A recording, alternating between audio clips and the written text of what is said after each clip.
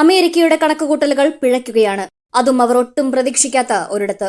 യുദ്ധത്തിന്റെ 6ാം പകലിലേക്ക് കാര്യങ്ങൾ നീങ്ങുമ്പോൾ ലോകം കാണുന്നത് ഇറാന്റെ അപ്രതീക്ഷിതമായ പ്രത്യാക്രമണമാണ്. വെറുമൊരു മിസൈൽ പോരാട്ടത്തിനപ്പുറം മിഡിൽ ഈസ്റ്റിലെ പവർ ഇക്വേഷൻ തന്നെ മാറിമറിയുന്ന കാഴ്ചയാണിന്ന്. അത്യാധുനിക യുദ്ധവിമാനങ്ങളും ചാരക്കണ്ണുകളും ഉപയോഗിച്ച് ലോകത്തെ മുഴുവൻ നിരീക്ഷിക്കുന്ന അമേരിക്കൻ സാമ്രാജ്യത്വത്തിന് സ്വന്തം മൂക്കിന് താഴെ ഇത്രയും വലിയൊരു തിരിച്ചടി പ്രതീക്ഷിക്കാനായില്ല. 6ാം പകലിലെ ആകാശം വെറും മേഘങ്ങളുടേതല്ല, മറിച്ച് ടെഹ്റാനിൽ നിന്ന് കുതിച്ചുയരുന്ന മിസൈലുകളുടെ തീപ്പൊരികളാൽ ചുവന്നതാണ്. ഓരോ മിസൈലും വെറും ഒരു സ്ഫോടനമല്ല, മറിച്ച് ദശകങ്ങളായി മിഡിൽ ഈസ്റ്റിൽ അമേരിക്ക പടുത്തുയർത്തിയ ആധിപത്യത്തിന് മേൽ വീഴുന്ന പ്രഹരങ്ങളാണ്. അമേരിക്ക തങ്ങളുടെ ആയുധപുരയിലെ ഏറ്റവും വലിയ ഭീഷണിയായ മിനിറ്റ്മാൻ 3 എന്ന അന്തർഭൂഖണ്ഡ മിസൈൽ പരീക്ഷിച്ചുകൊണ്ടാണ് ഈ പോരാട്ടത്തിന് പുതിയൊരു മുഖം നൽകാൻ ശ്രമിച്ചത്. ലോകാവസാനത്തിന്റെ മിസൈൽ എന്ന് വിശേഷിപ്പിക്കപ്പെടുന്ന ഈ ആയുധം പരീക്ഷിച്ച് വിജയിച്ചതിലൂടെ ഇറാനെയും ലോകത്തെയും ഒരുപോലെ വിറപ്പിക്കാമെന്ന് പെന്റഗൺ കരുതി.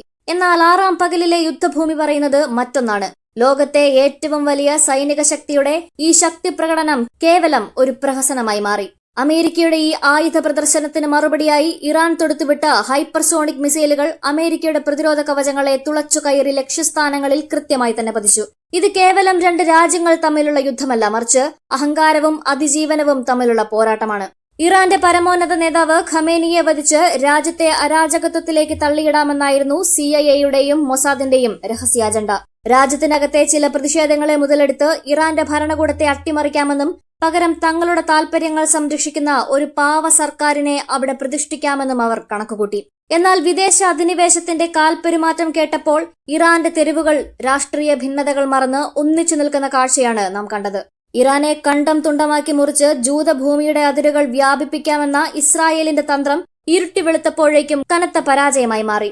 തങ്ങൾ വിരിച്ച വലയിൽ തങ്ങൾ തന്നെ കുടുങ്ങുന്ന അവസ്ഥയാണിന്ന് അമേരിക്കയ്ക്കും ഇസ്രായേലിനും. ഇതിനിടയിൽ ബെഞ്ചമിൻ നെതന്യാഹുവിന്റെ കളിപ്പാട്ടമായി മാറാൻ ശ്രമിച്ച ഡൊണാൾഡ് ട്രംപിനും കാര്യങ്ങൾ കൈവിട്ടുപോയി. അമേരിക്കൻ തെരഞ്ഞെടുപ്പ് ലക്ഷ്യം വെച്ച് നെതന്യാഹു നടത്തിയ ഈ ചൂതാട്ടം അദ്ദേഹത്തിന് തന്നെ വിനയായിരിക്കുകയാണ്.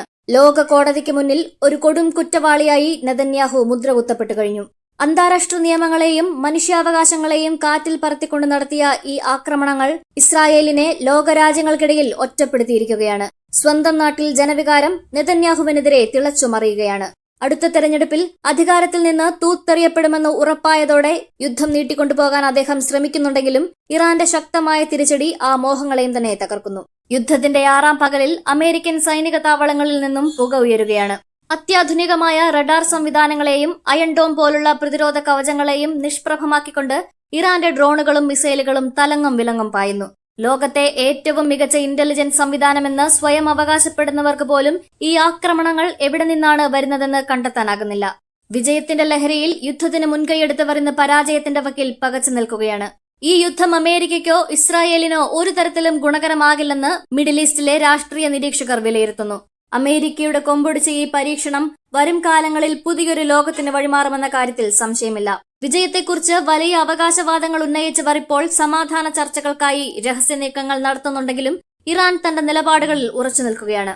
അധിനിവേശ ശക്തികളെ തങ്ങളുടെ മണ്ണിൽ നിന്നും മേഖലയിൽ നിന്നും തൂത്തെറിയുന്നതുവരെ പോരാട്ടം തുടരുമെന്ന ഉറച്ച പ്രഖ്യാപനമാണ് ടെഹ്റാനിൽ നിന്നും വരുന്നത്. ആയുധബലത്തേക്കാൾ ഒരു ജനതയുടെ ആത്മവീര്യം വിജയിക്കുന്ന കാഴ്ചയാണിന്ന് ലോകം കാണുന്നത്. അമേരിക്കയുടെയും ഇസ്രായേലിന്റെയും തകർച്ചയുടെ തുടക്കമായി ഈ യുദ്ധം മാറുമോ എന്നാണ് ലോകം ഉറ്റുനോക്കുന്നത്. 6ാം പകൽ അവസാനിക്കുമ്പോൾ യുദ്ധക്കളം ശാന്തമല്ല, മറിച്ച് വരാനിരിക്കുന്ന വലിയൊരു കൊടുങ്കാറ്റിന്റെ മുന്നോടിയായുള്ള നിശബ്ദതയാണ് അവിടെ അനുഭവപ്പെടുന്നത്. തോറ്റത് അമേരിക്കയും ജയിച്ചത് ഇറാന്റെ പോരാട്ട വീര്യവുമാണെന്ന് ചരിത്രം എഴുതി ചേർക്കപ്പെടാൻ ഇനി അധികം വൈകില്ല.